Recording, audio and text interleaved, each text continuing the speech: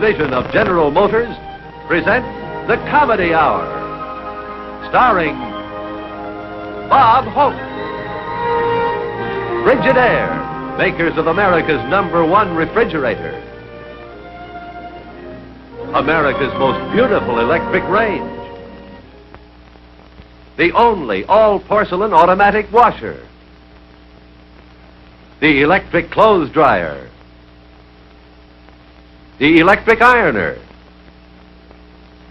Food freezers. Air conditioners.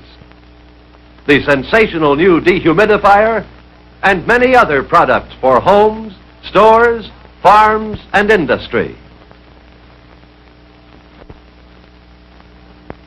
Ladies and gentlemen, we recorded this show just 2 weeks ago in New York on Christmas Eve.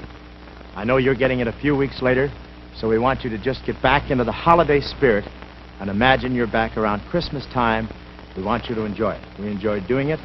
Mrs. Roosevelt, Lily Pons, Mr. Robert Cummings, Miss Betty Bruce, Mr. Robert Maxwell all enjoyed doing the show for you and also for the Frigidaire Company. They're wonderful, and we hope you have nothing but the happiest of the next year to come. Thank you very much.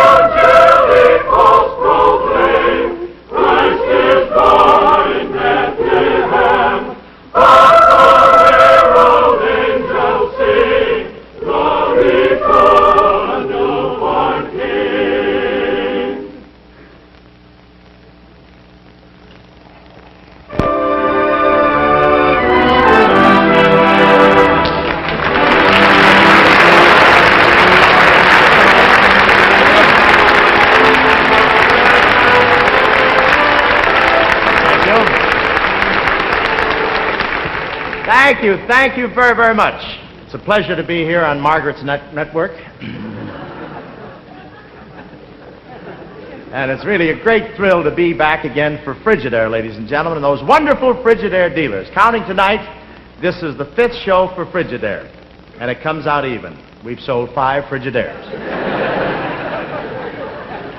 I don't know who bought the other 4, but I want to say that everybody's very, very happy to see me on television. I know, because for years, people have been saying, I never could see that guy.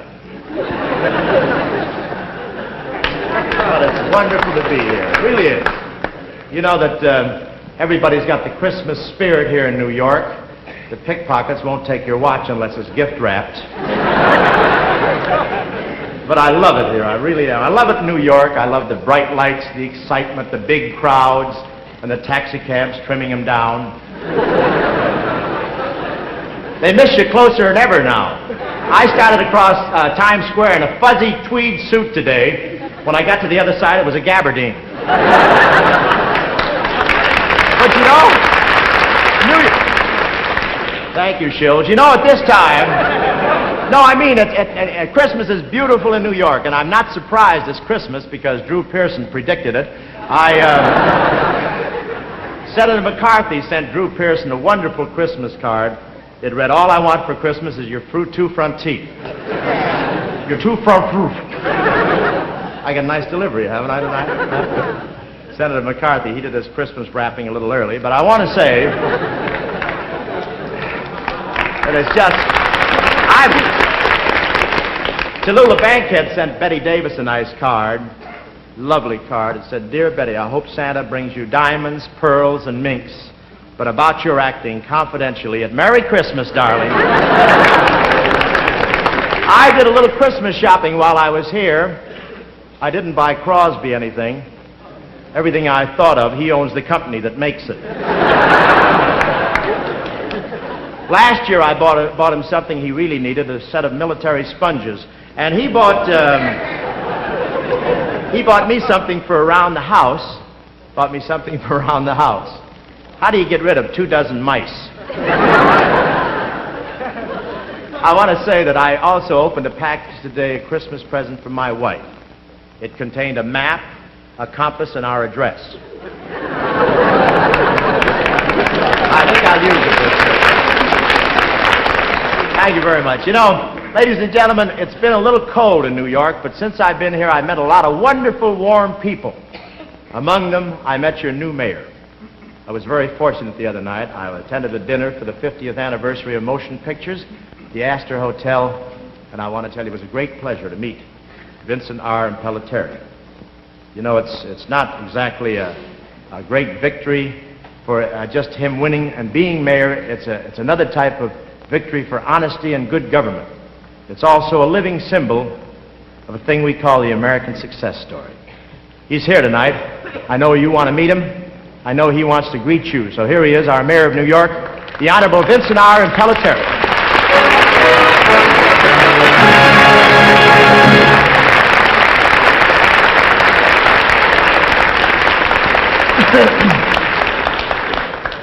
Bob, as Chief Executive of the City of New York, it's a real pleasure to have you back in our city again. It's even a better pleasure to have you back with us at this festive season. You and your fellow entertainers have done so much to enrich our lives, and in particular the lives of our boys who are fighting for freedom overseas, that we must not only say Merry Christmas, but also a heartfelt thank you for all of your wonderful work. Thank you very much. It's nice, Mayor. Thank you. And Bob, in behalf of all the people of the city of New York, I want to extend a warm Yuletide greeting to men of goodwill everywhere, and at the same time to hope that in these very difficult times, that this year, the coming year, will really mean peace on earth for men of goodwill everywhere. That's what the people of America and the people of the world want. Thank you and good night, Bob. Thank you, Mayor. Thank you very much. How about that, huh? Thank you very much, Mayor Impellitteri.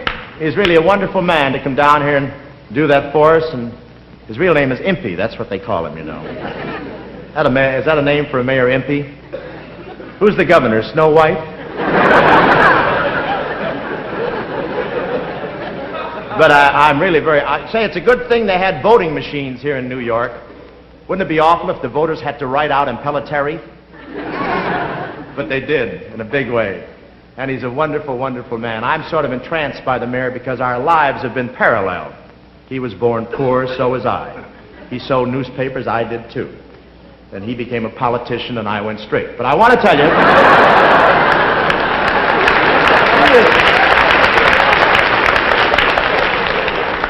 he's just wonderful. I knew that he was going to be mayor from the day he was born. You could tell it. Because when he was born and the doctor slapped him, the mayor slapped him back and handed him a cigar. But he is a wonderful man, a very kind and thoughtful man. I found that out about 4 weeks ago. I was here to do a show right in this theater, and to break in the show, we did a night at the Paramount in Brooklyn across the river, and that night a little wind came up. Little wind. Took a couple of buildings with it, but it came up, and the mayor jumped on the radio and told all the citizens of this vicinity to stay home, not to leave the house. And I was on percentage.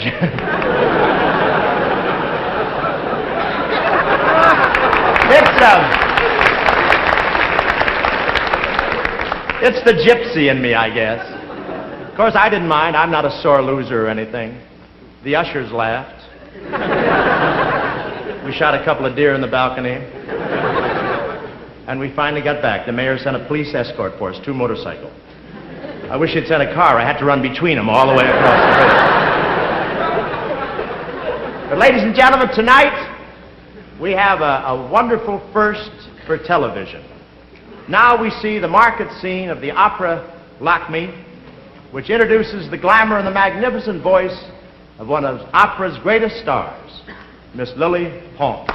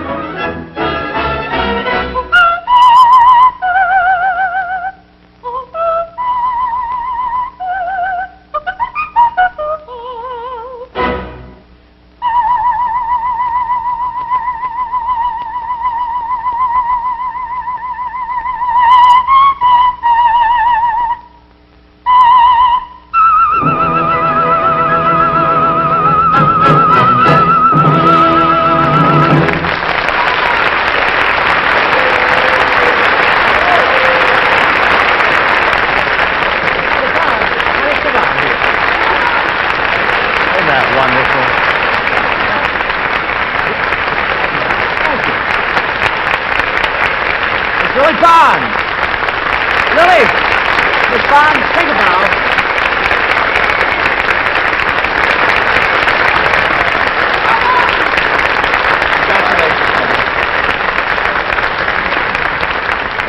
Thank you, Lily. Thank you. I was supposed to do that number.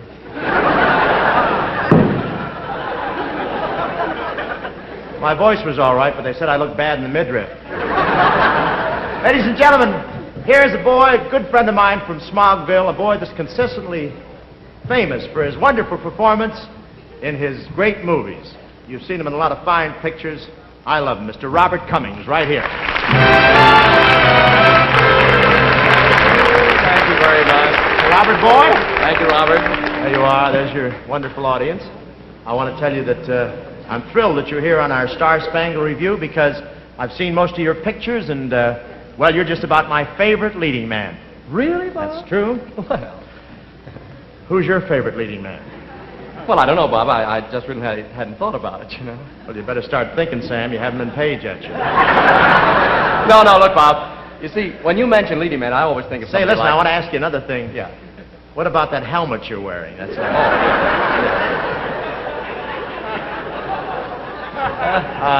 who does your hair? I.J. Fox?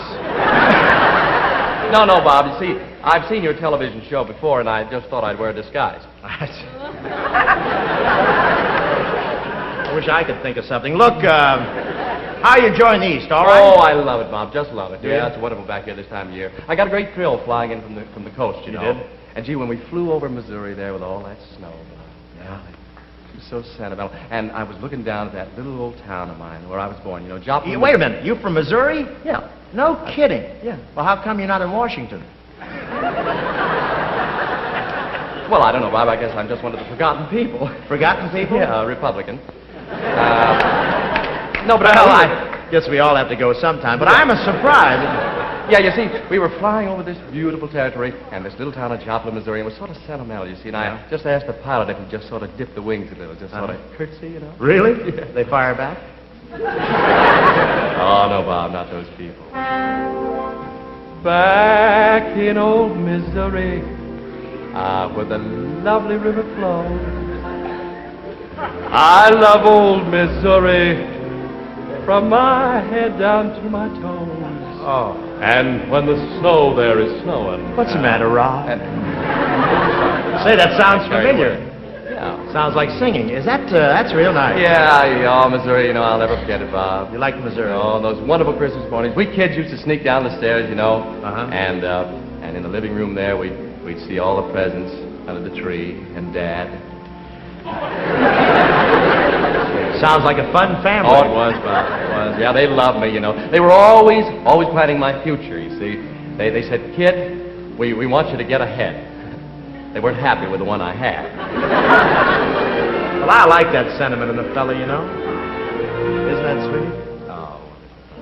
Beautiful Ohio, dreams again I see, visions of what used to be. Drifting up the river. Bob. Oh, you still here? Oh. I was just back in Ohio there, drifting up the river. Going up the river again. I'll never forget. Good old Ohio. Back there in Cleveland. Oh, I love to go back there. All my relatives come down to the train to meet me. It's a touching scene. Brings back wonderful memories. No kidding. Brings back memories. Yeah. We were poor, you know. Mm-hmm. I didn't know you were 7 boys. Had to fight for our lives at the table, and Mother was so... Really, sometimes we didn't have enough to eat. Oh. But Mother took in washing. That helped. Did it? We ate the washing. Well, you know, Bob, we shouldn't be selfish when we think about states, because I always say... Nothing could be finer than to be in Carolina in the morning. Drop the net. Nothing could be sweeter than sweeter than a sponsor. My What a sponsor minute. in Durham, Yeah. North Carolina. Durham. Oh, say that's right. When I see those Chesterfields growing Yeah, you're hustling cigarettes. right now, around aren't that cabin door. Stop me, I'm you? going. Yeah, I know. Yeah, good old Durham. That's my piece of larceny now, Chesterfield, you know. I was with Lever Brothers for 12 years. Went with them originally because I thought they had a brother. But sold Pepsodent for 10. They gave me this set when I left. The last couple of years I've been selling soap. Now I'm on for Chesterfield. This year I may not be clean, but I'll be satisfied.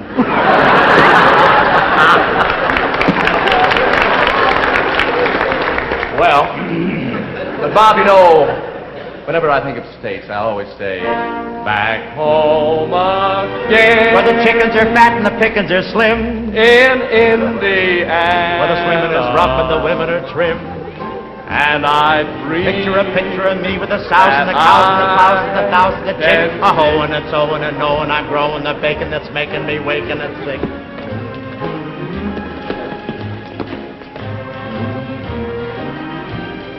Let my tap stand out. I just missed it. Look, Hey! Fred Astaire.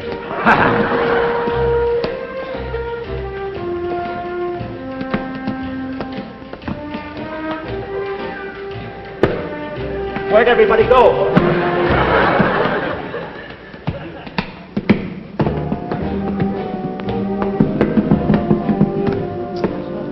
Swear the same step he did the last time. Huh? That's her pussy-footed boy.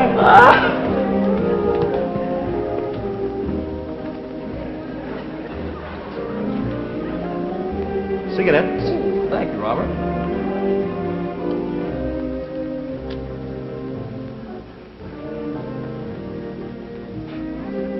Roma wine for everybody.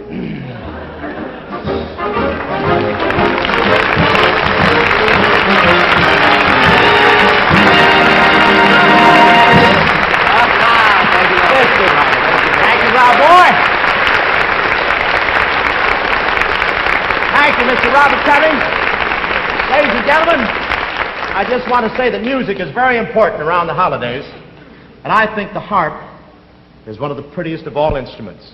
And here tonight we have the master of that instrument, the accomplished Mr. Robert Maxwell.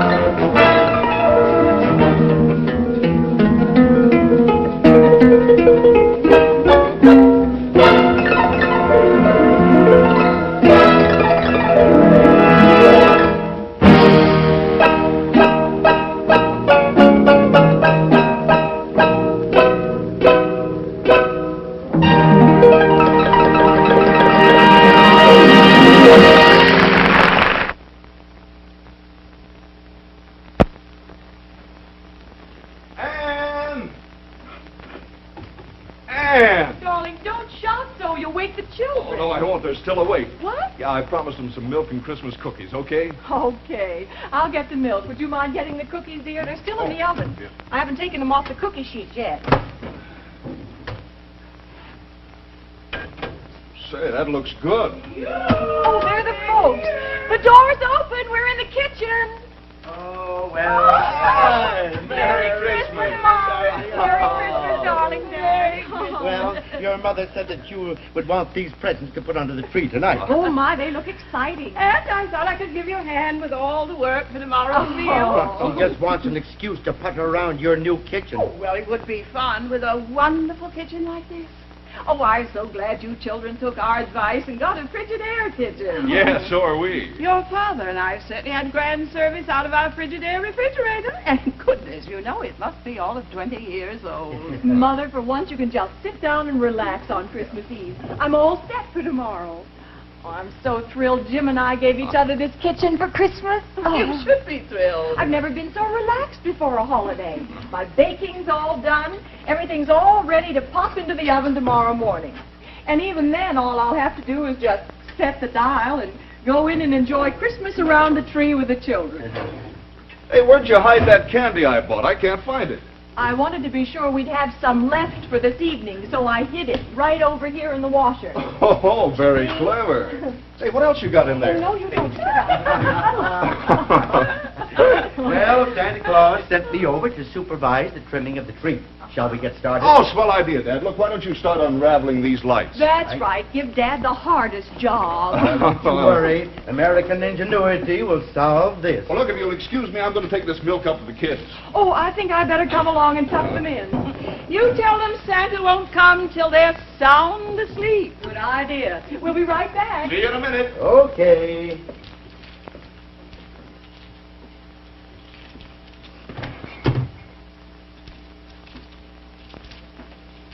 Well, very efficient. You know, Anne's getting to be a pretty good baker.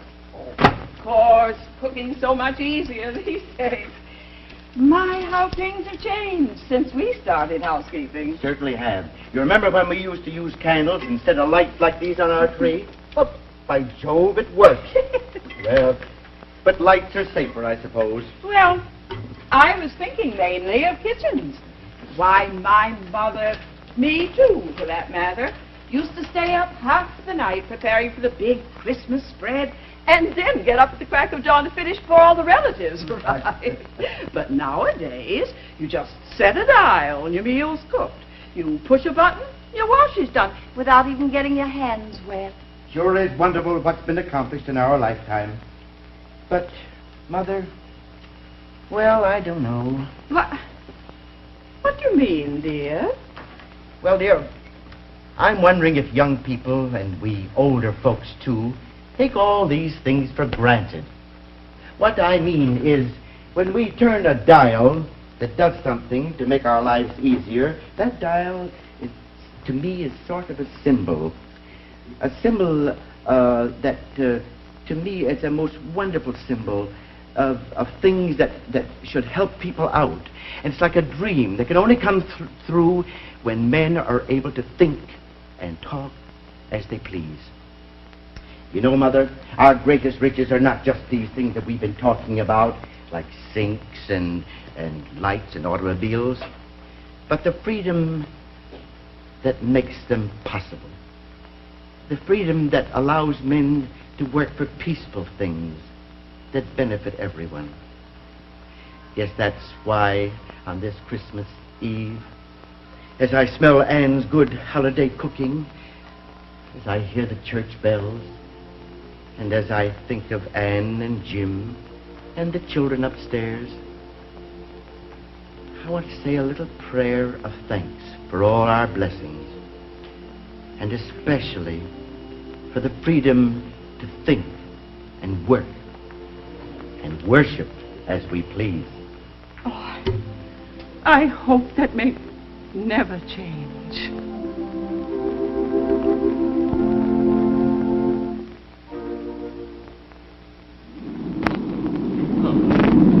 "34th Street.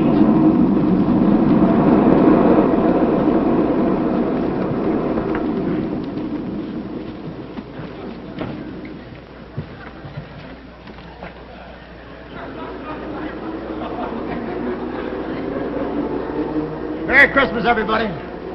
Get lost, Schmo.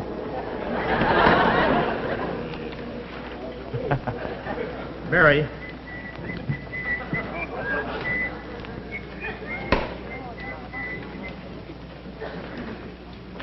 Local 82. Local 64. Hi. Hi. How'd everything go today? Oy vey, what a day. Kids give you trouble? Huh? I say the kids give you trouble? You'll have to talk in this ear. This one's filled with bubble gum. Yeah, I wear a strainer on mine. What a day. Had to go in the locker room 5 times and change my Blue Jay corn plasters. Oh, you work standing up, do you? No, sitting down.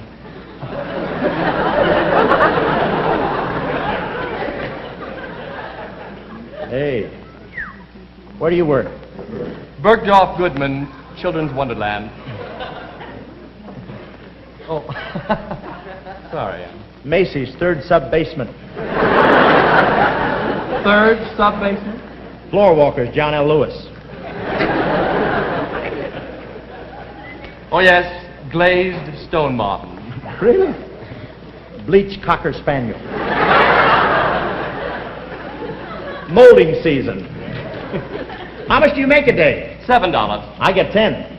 10? I'm endorsed by Hopalong Cassidy. Oh, don't mention Hopalong Cassidy to me. Yesterday, 4 kids took shots at me and thought I was a redskin. Those tough little mugs pulled on my beard so long today, my ears are 2 inches longer. You know, you shouldn't refer to them as tough little mugs. At Bergdorf's, we always say, dear little darling. Kind of hard to think of them that way when they're coming at you with a broken beer bottle.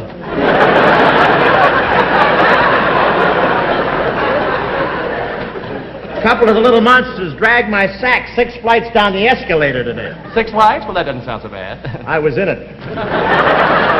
Well, you know, at Bergdorf's, I have a system for handling fractious children. I just shake my finger at them like this, and I say, Santa won't bring you anything.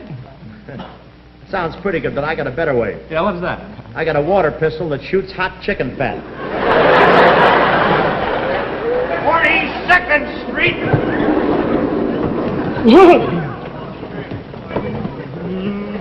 Hey, Rudolph, how's the rest of the race there?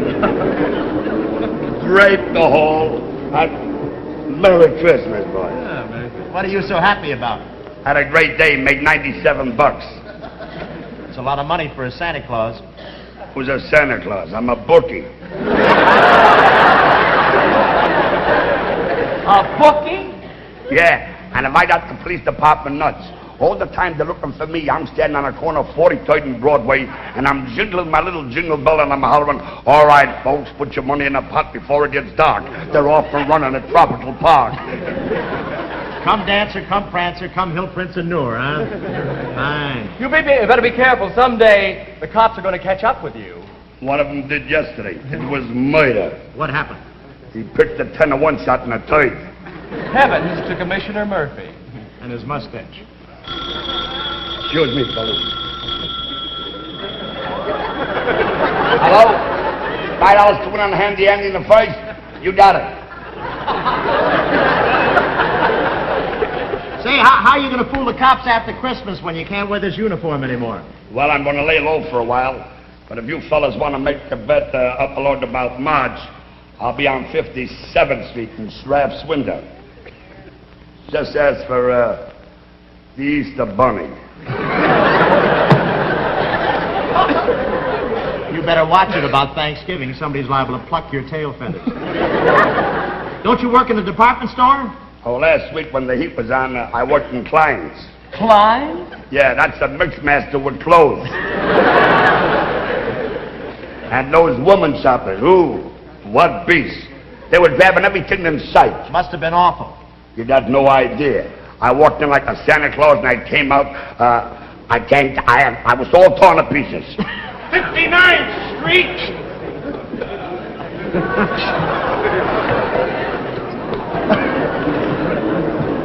Spread out, spread out. Spread out, will you? Spread out. Come on.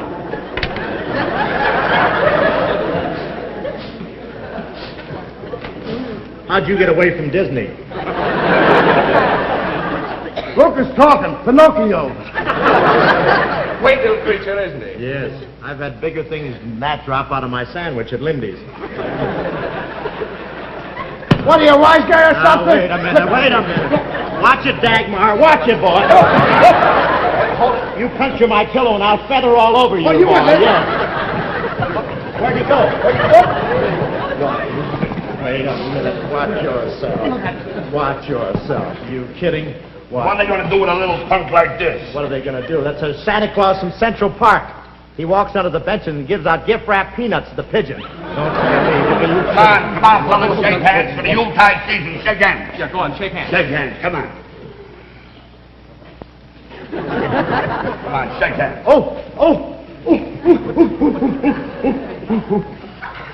That's what I've always wanted, a ballpoint hand. Now, calm down, fellas. Santa Clauses aren't supposed to quarrel. Of course, it's just because we've worked so hard and we're simply exhausted. You can say that again. We're all worn out, our nerves are shot. We've given everything we've got for Bergdorf. Clyde. We're glad the 24th is past. We didn't think we'd ever last for Bergdorf. Clyde. All Bergdorf's is a lovely store, and Woolworth's may be fine. Clyde's is great, but let me state there's only one like mine. There's just one store like his. Let the joyous Yuletide ring. Hark the herald angels sing. Everything's better at Macy's. We're known as the quality store, where you can buy skirts for $1 or dresses by Christian Dior. We're the reason Faye Emerson gained such renown. 'Twas Macy's that made her the talk of the town. We forgot to send her the rest of the gown. We're strictly a quality store. We're strictly a quality store. The place for a bargain is Macy's. A book, a toupee, or a sled. There really is only one Macy's. The others just slowly drop dead. For mothers excited, we've got things galore.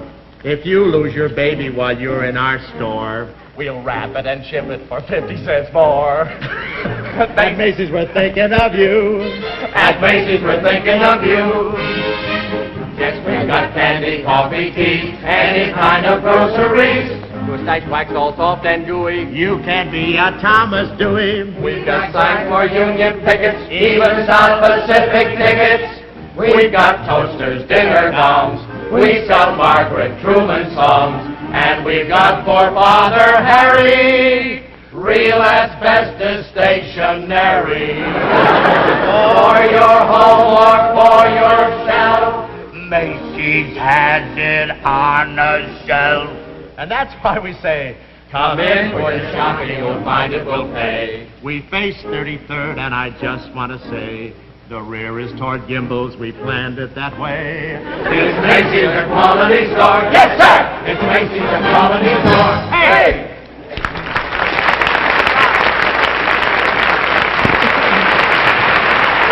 Thank you very much. Thank you, Mr. B.S. Pulley and Jerry Berg. Ladies and gentlemen, now Frigidaire has another gift package for you that I know you like, because this package contains class, good looks, and an exceptional ability to dance. Miss Betty Bruce.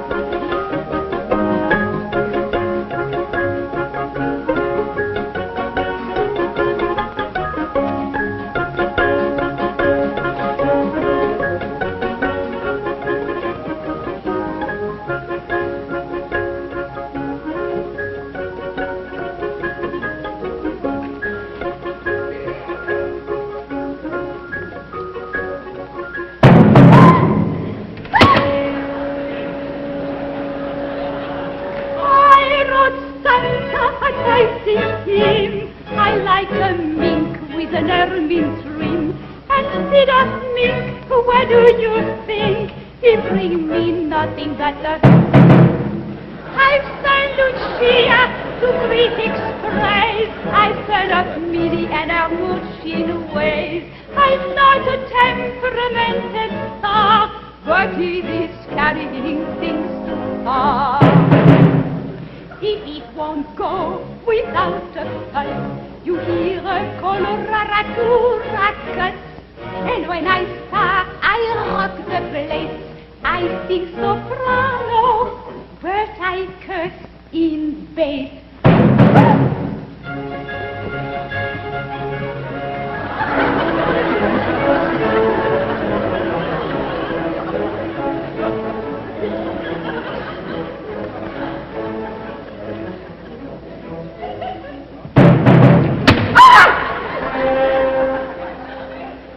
I'm fearless as a man can be.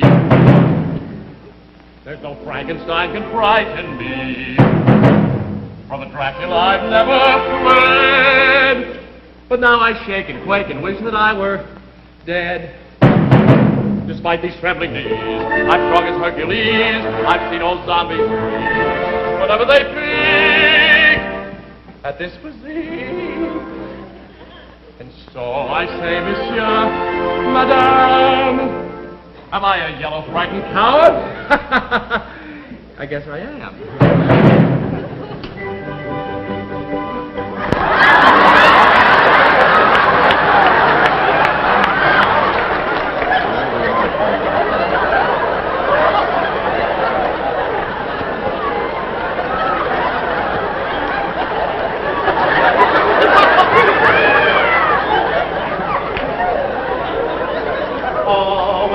Beautiful Christmas morn. Glad I was born. Hey! Oh, what a beautiful box I see. Is it for me? Hey! Oh, what pretty ribbons. Maybe it's full of ad libbons, or Barbara Hutton's old cash, or Kinsey's new book. Don't be so. Why don't you look? Is it from Paramount? Is it a quick scene? Maybe from Crosby. Maybe from Dixie. Open and Clyde, that's all we can say. It may be some moolah or even Tallulah. Take it away. Open the box. Now, wait a minute. I know a fellow got a box like this last year, and he had a terrible time getting rid of it. He went to a fellow who opened the lid of it and told him emphatically he must get rid of it. Went to a trader who told him to tickle it. Went to another who told him to pickle it. Open the box. I don't know. I feel that it's terrible, feel that it's horrible, feel that it really is very deplorable, feel that it's bad, feel that it's cursed, feel that it's sad. Think it's the worst. Only open the box. Think I'm afraid, huh?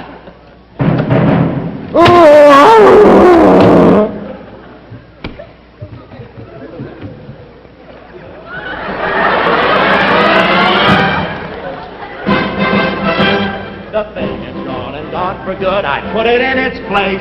I used a sacred weapon. That's no weapon, that's your face. My name will go down in history. I see it plain as day. For I'm the fellow who's scared the thing away. Yes, he's the fellow who's scared the thing away. Hey! Hey! Come on, Lily! Hey! Come on, boy, Lily! Give it!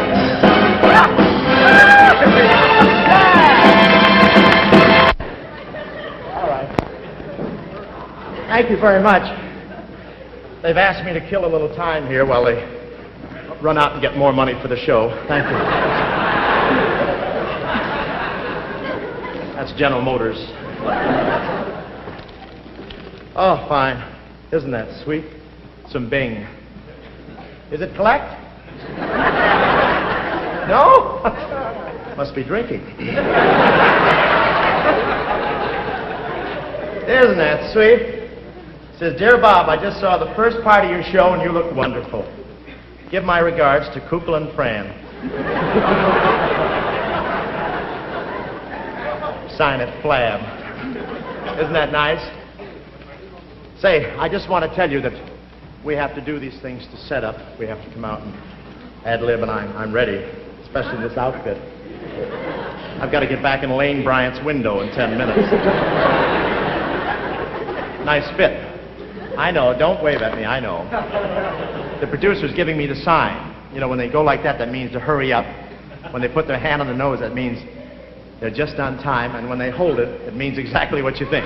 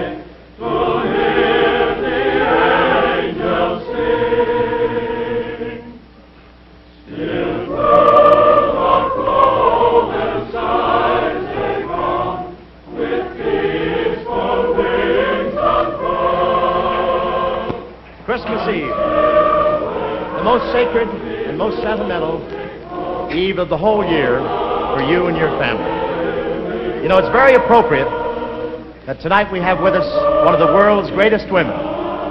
Ladies and gentlemen, it is a privilege to present the mother of one of America's best-known families and also the wife of one of history's greatest men, Mrs. Eleanor Roosevelt.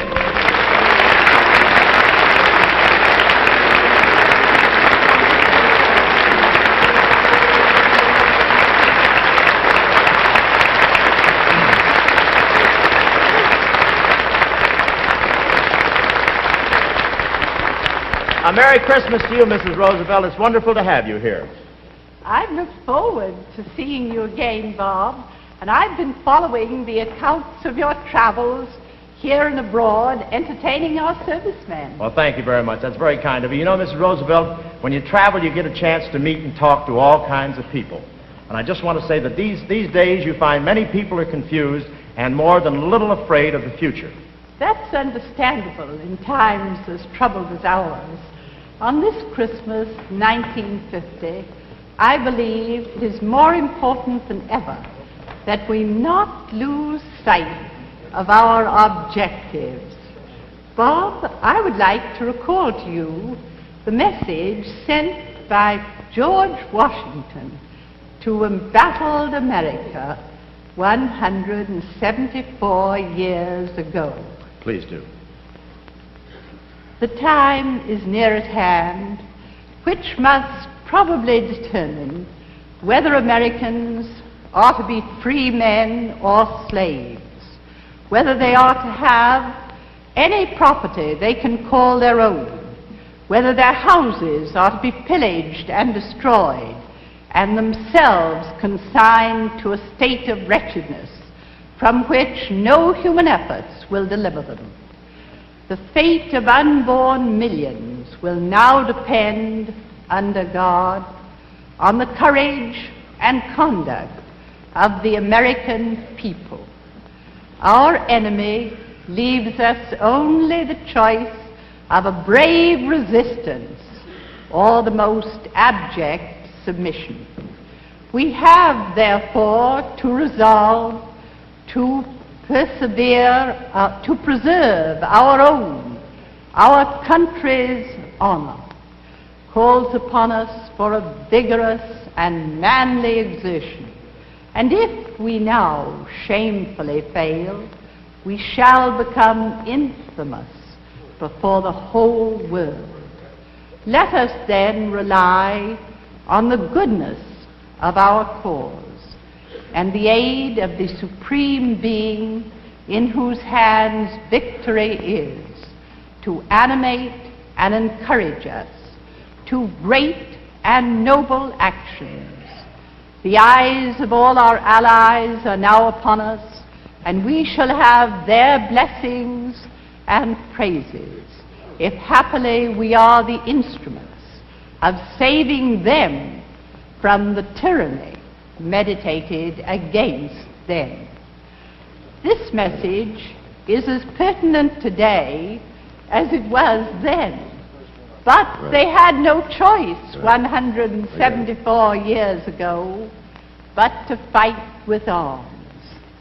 Today we hope and pray that with the same self-sacrifice and devotion to freedom and the same determination, we may win for ourselves and the world peace and goodwill among men. The Frigidaire dealers from coast to coast hope you've enjoyed this repeat performance of their big Christmas show. They hope, too, that you'll drop in soon and see the exciting new line of Frigidaire household appliances. You'll find handsome, roomy new refrigerators, work-saving automatic washers, marvelous new automatic ranges, and many other wonderful new household appliances. So why not see them now at your nearest Frigidaire dealers? This is Nelson Case saying good night. NBC Television.